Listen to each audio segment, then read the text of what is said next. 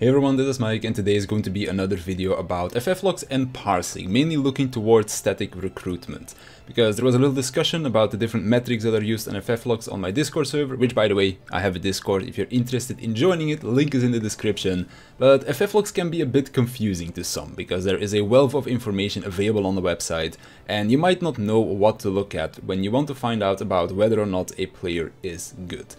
That statement itself, a good player, is also something that could vary depending on what you think are qualities a good player is supposed to have.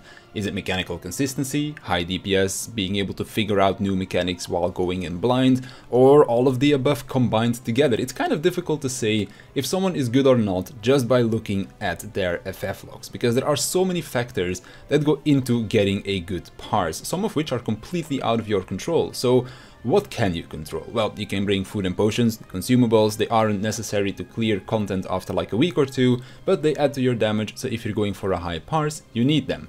Gear is another one. The only reason why most of my Gunbreaker parsers are showing a high percentile on my profile page is because I ended up getting a weapon very early into the raid tier. And again, this is another thing. FFlog shows you your best percentile that you obtained at some point next to your highest raid DPS parse that you have as well. And those two can come from different parses. And then there's the whole raid DPS versus adjusted DPS debate about which one is better and which one you should look at. Well, you kind of need to look at both, but neither are perfect. Raid DPS takes into consideration how well your team plays around raid buffs, but it's mostly important for raid buffing jobs like Dancer and Astrologian are kind of the prime examples of this, but any job with a raid buff has some sort of reliance on this. On the other hand, if you are a more selfish job, to have a high raid DPS number, you need to play selfishly, because you aren't going to gain raid DPS by playing towards raid buffs because they're not from you, so you're just giving away raid DPS to your teammates at that point. So it's really hard to just look at FFLogs and say whether or not someone is a good player.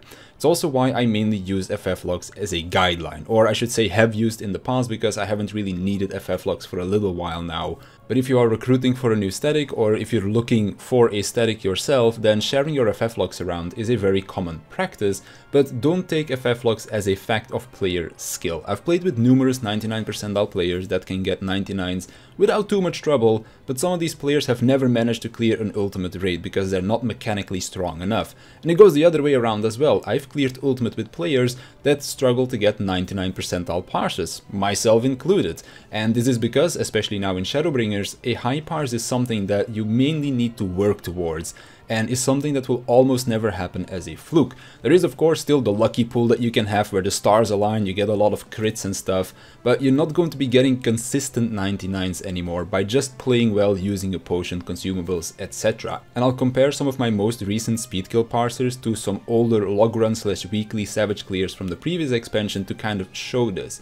So the Gunbreaker parsers are from when we tried to do the skip soar mean on E6 savage, which by the way, video of that is somewhere up on the channel as well, if you're curious in checking that one out.